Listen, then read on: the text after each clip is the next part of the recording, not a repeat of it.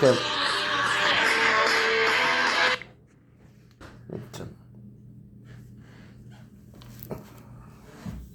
I thought that would be fun. I know my channel's janky, but I try to do stuff fun.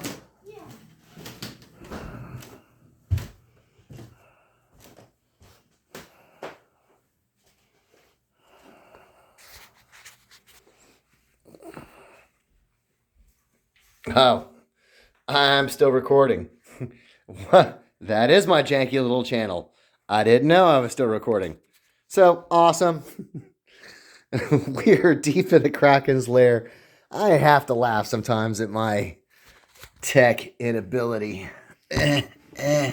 So now, what was going to be seamless is now janky. All right. We're talking early Iron Man. This is obviously a reprint. One day I hope that I can add an original of this to my collection. Like even a coverless, a facsimile cover. This is not an expensive book. It is multiple thousands of dollars, and that's just not on the radar right now. I'm not going to say it's never going to happen, but it's something I'm just going to be patient on, and maybe one day I can add this to my collection. However, I have been working on my original Tales of Suspense early Iron Man comic books, and I've made a lot of headway. So, while this is not original, the first appearance, this is. And this just came in. The second appearance ever of Iron Man. The first appearance of him in his gold armor. This is obviously the Ed Wakeland variant. I am so proud to own this book. I never thought that I would own this book. The seller wanted $650 for it, and I went to gocollect.com, and once again, I have to, as not a professional grader, I have to sort of assign a grade in my own opinion, and then looking at gocollect.com, sort of assign a value. And I don't know how that's going to affect the grade, but overall, I mean, I'll take some time. I'm going to look at this issue. It's really not that bad. I mean, nothing that you wouldn't expect for the age of this book. The back actually looks really nice. I was looking at another one, and I noticed that there was like water damage on the back cover. I contacted the seller, and I was like, hey, is that water damage just on the back cover, or how far does it go through the book?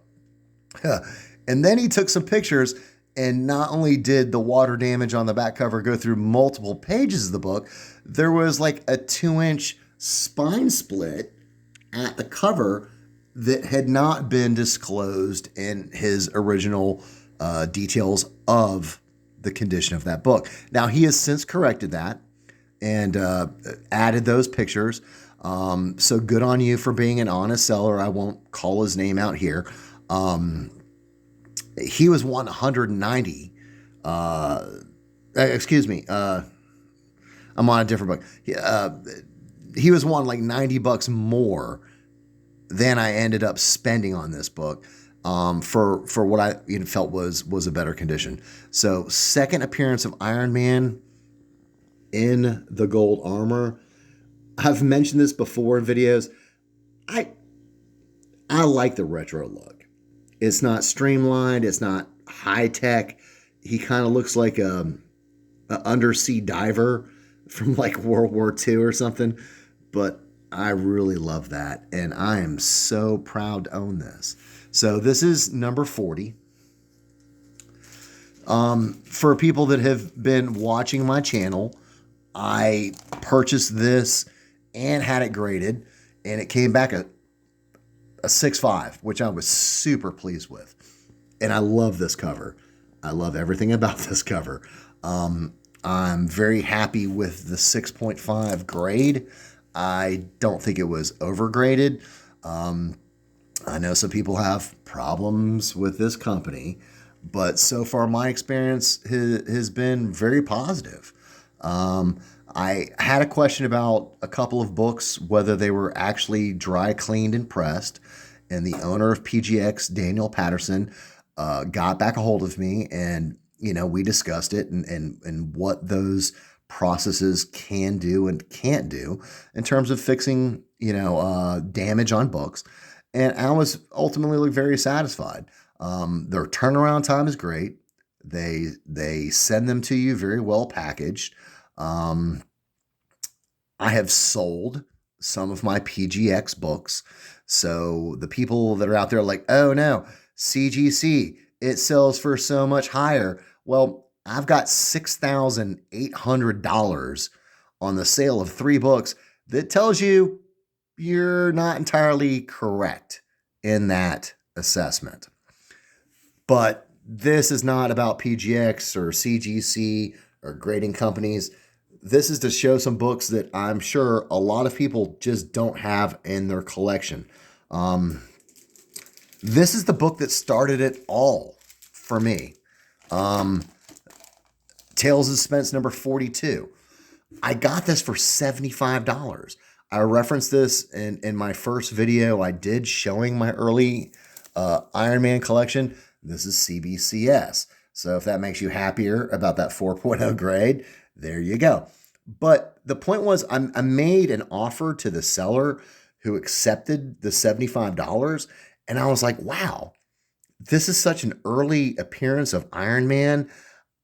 And that's affordable. It's difficult for me to come up with the funds to spend $1,000 or $1,500 or $2,000 on a book. That's a lot of hours worked. I have to really make sure that this is a book that is going to appreciate, so that down the road it's worth the money that I'm laying out. $75, that was a no-brainer.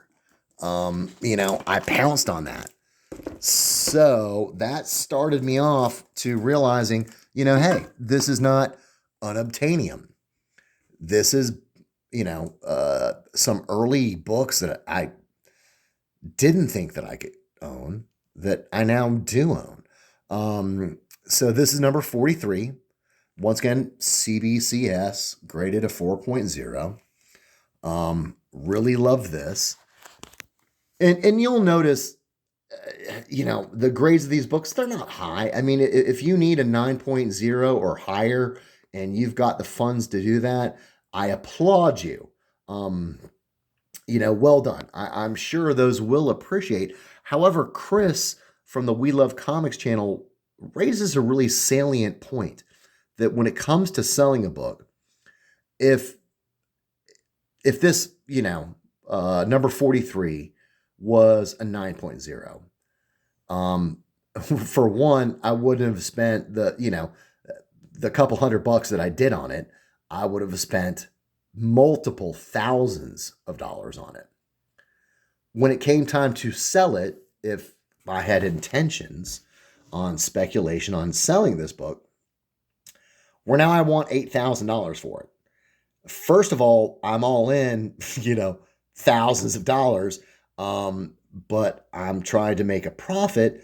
And even if the fair market value on it is like $8,000 or $10,000, you've eliminated a whole lot of the marketplace to go, oh yes, here's $10,000. I'm so happy to own this 9.0 Tales of Suspense number 43.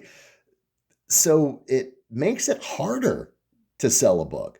And not that it's not worth it to your high-end collectors, but for most of us that, just want to own a copy, would love to have a copy, sometimes it's these lower grades that are more affordable.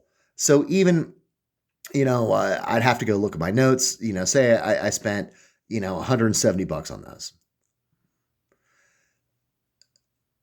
down the road, Disney does a new Iron Man movie, which is going to happen. They own the property. And this spikes up and say I sell it for 600. I mean, that's still, affordable. 600 is not 10,000. So the demographic of people that might go, oh man, $600, I can do that. I can add this to my collection. Now, at that point, I've more than tripled my money. So that's good for me. It sells faster. It will put it in the hands of another lover of comics. And it's something they can afford. So that's 43. I'm missing some. I jumped to number 46. And I might actually have this graded because despite some creases along the spine, there are no hunks missing out. The color really pops on this. Once again, I could go to my notes. I did a video showing a bunch of these where I specifically stated how much I paid for every single one. So I don't want to be redundant, but I'll say, $90 or something I spent on this or less. But just like the book that came back graded as 6.5, that significantly raised the selling price of that book, it might be worth, the $50 for me to have this pressed, dry clean, sent off, and get the grade. So that's 46, the first Crimson Dynamo. There's number 47. Also a pretty decent copy.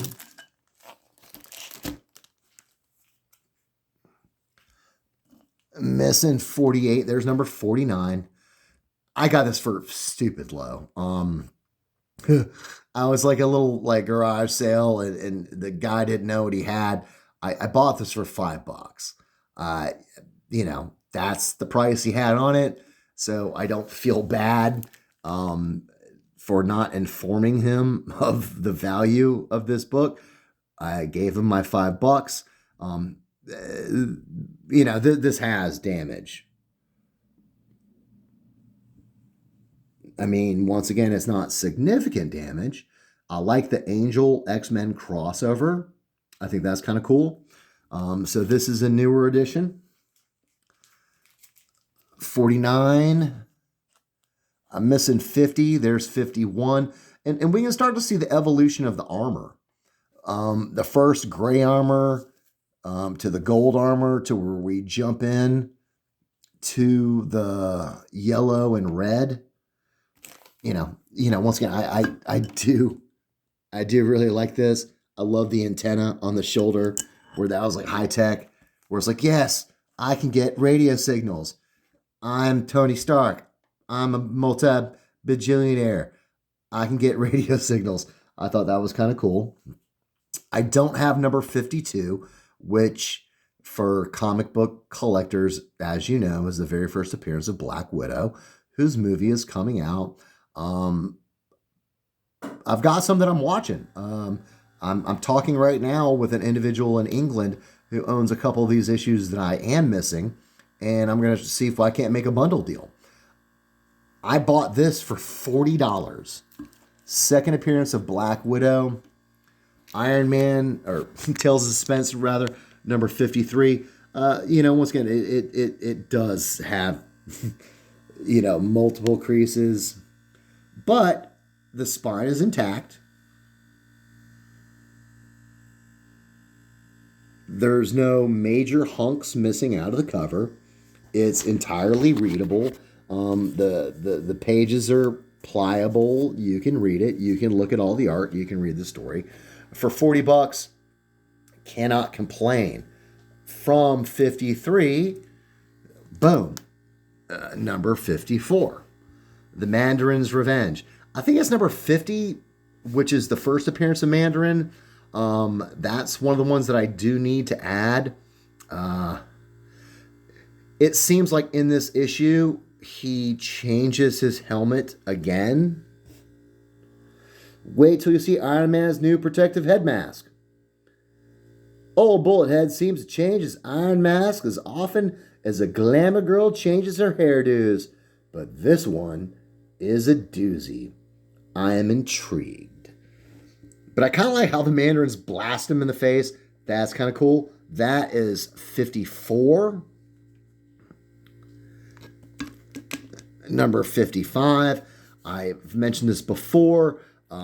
These sort of comic shop date stamps and stuff really don't bother me. I think it really sort of adds to the nostalgia of the book where you can sort of see, where it's been.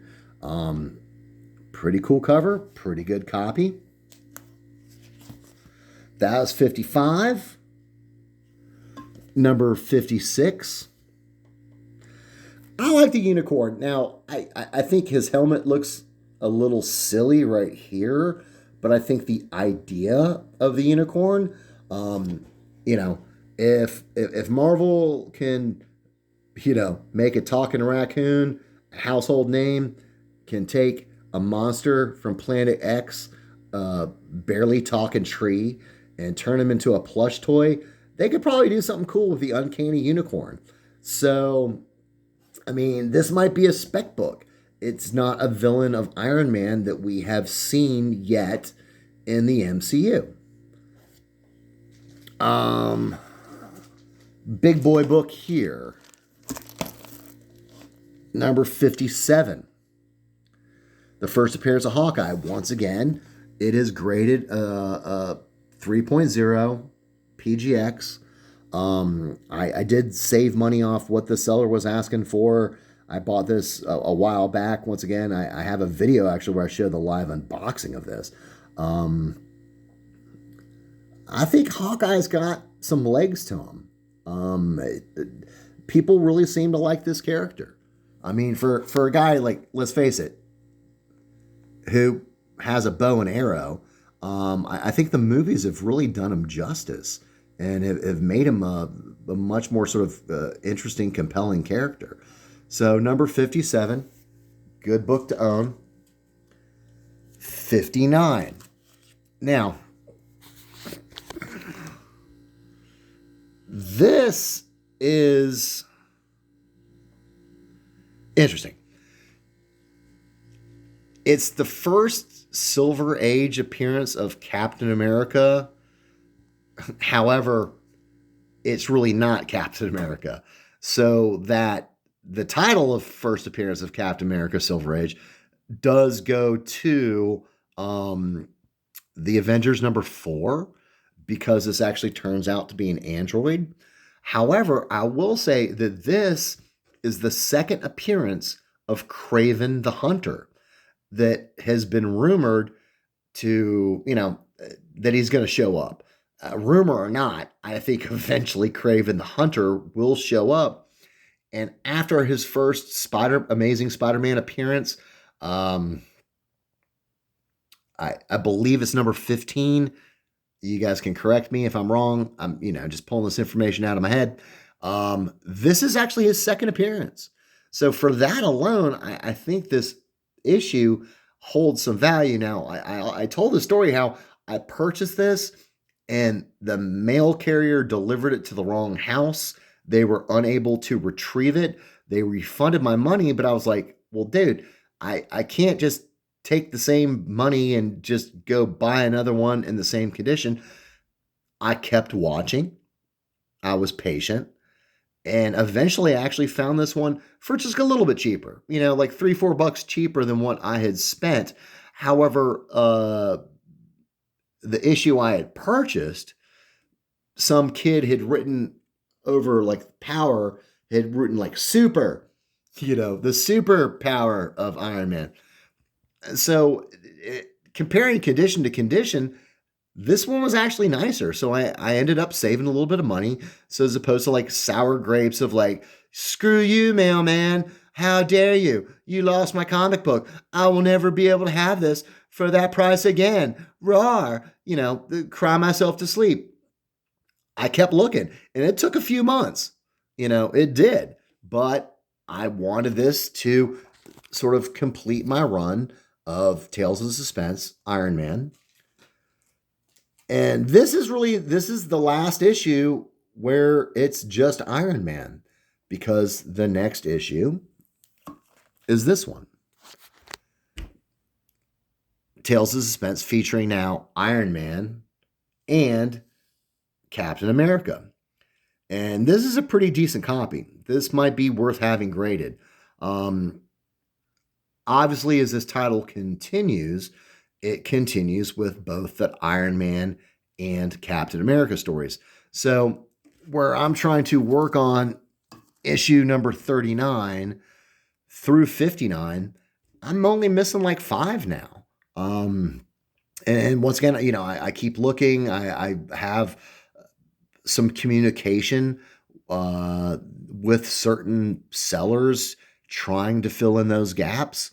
I you know I love these books, and if you're a newer collector out there, if you're new to the hobby, I used I'd go to the comic cons, and I'd see these all just like not outrageous prices, but beyond my price range. Um, I didn't realize I could actually find decent copies of these that were affordable. You know, uh, $40. If that's not affordable, you might be in the wrong hobby. Just say it. If you want to buy new books, great. But if you're into like Silver Age and stuff, and $40 is too high for you, uh, like I said, I got this for $5. If that's too much for your wallet, like I said, you might want to look into another hobby.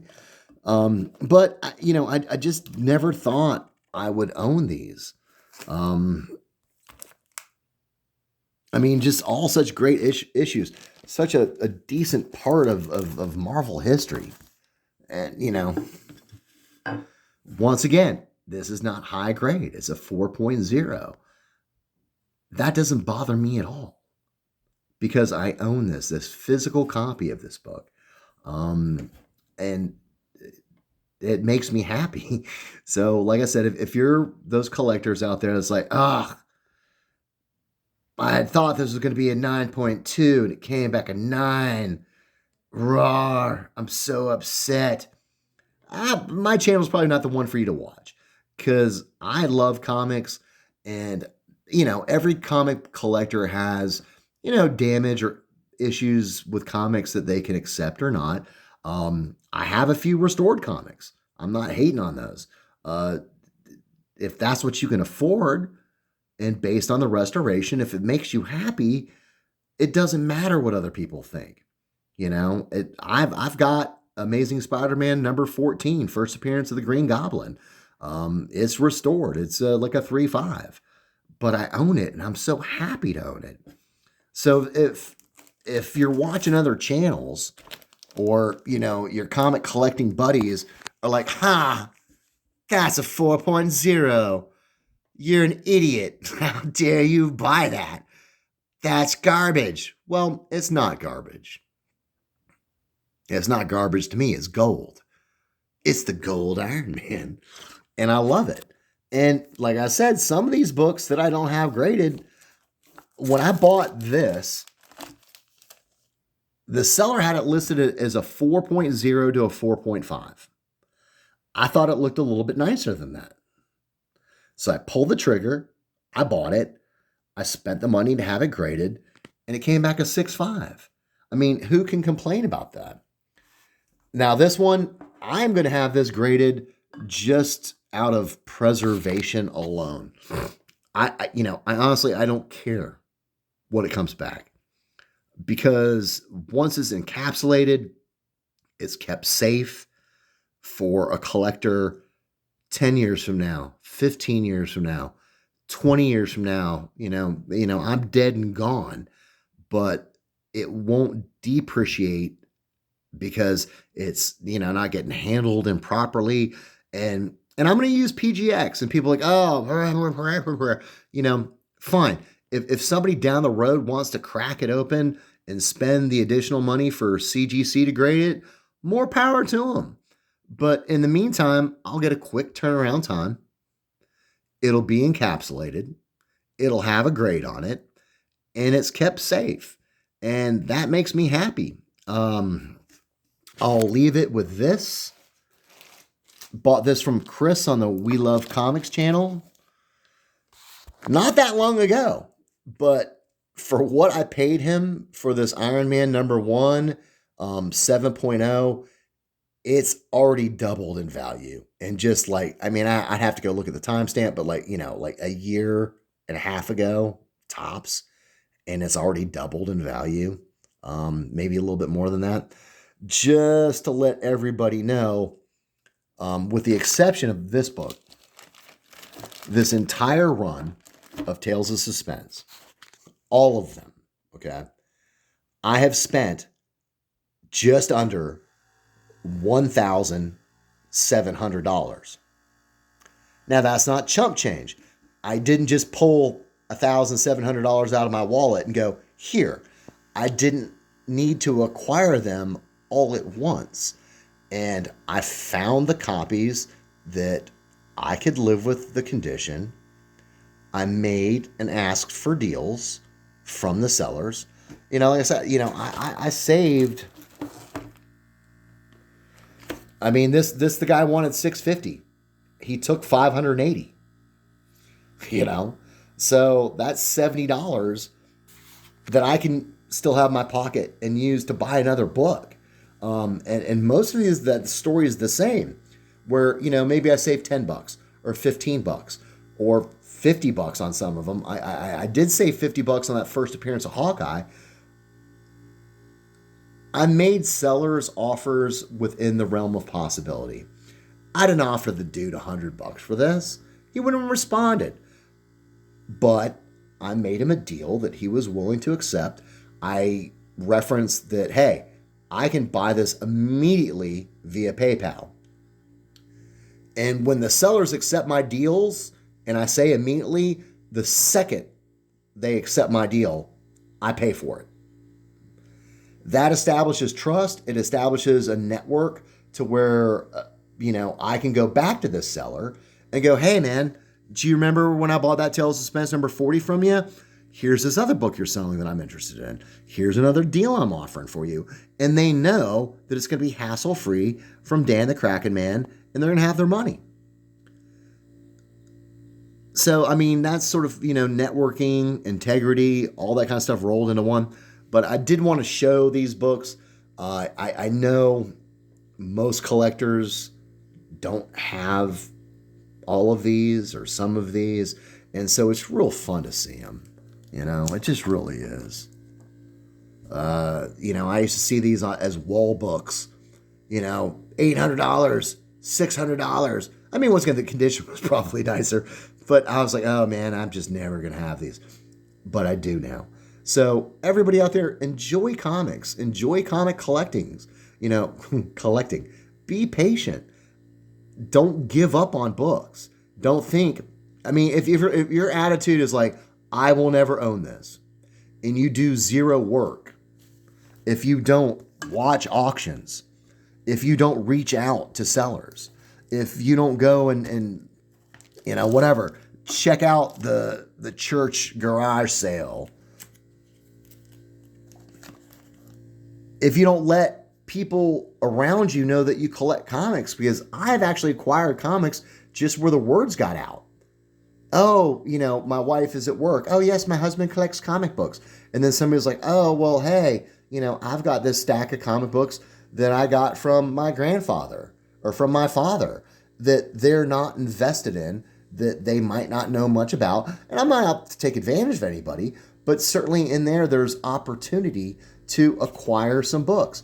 Alex, the comic hoarder, he bought a suitcase full of comics at some church flea market thing going on, and sort of sight unseen, he opened up the suitcase, looked at a couple of books on the top, offered $250, which they didn't want to take. He was sort of insistent, like, hey, I want you to get something out of this. And as he flipped through those, there was a sweet copy of Amazing Fantasy 14. First appearance of Green Goblin, you know, super score. So you never know how some comic books may enter into your collection. But if you have the mindset of like, I will never own this, and you don't put in any effort, you have created a self-fulfilling prophecy.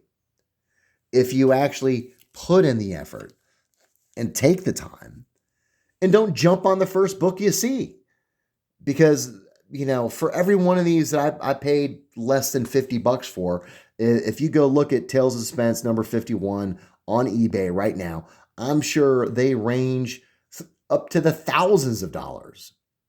So if you just see that and you're like, oh, well, that's too expensive for me, tap out, keep scrolling.